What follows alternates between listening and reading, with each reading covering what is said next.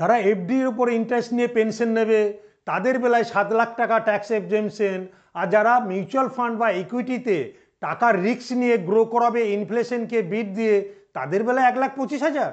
কেন সরকার কি তাদের জন্য 7 লাখ টাকা স্ট্যান্ডার্ড ডিডাকশন করতে পারে না, যারা মিউচুয়াল ফান্ড থেকে গেন করবে? তাহলে তো মানুষ বাঁচে। ইনফ্লেশনকে বিট করে মানুষ তাহলে মিউচুয়াল ফান্ডের দিকে আরও বেশি টাকা ইনভেস্ট করতে পারে।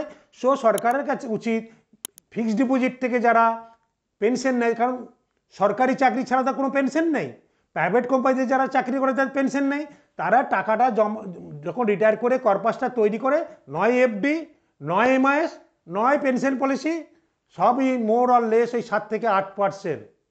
আর ইনফ্লেশন সব কিছু নিয়েও 6 থেকে 7, মেডিকেল ইন্স্যুরেন্স বাদ দিয়ে, এডুকেশন ইনফ্লেশন বাদ দিয়ে, বাড়ি করা ইনফ্লেশন বাদ দিয়ে, তাহলে ওখানে আপনি স্ট্যান্ডার্ড ডিডাকশন দেওয়া হচ্ছে 7 লাখ নতুন নিয়মে।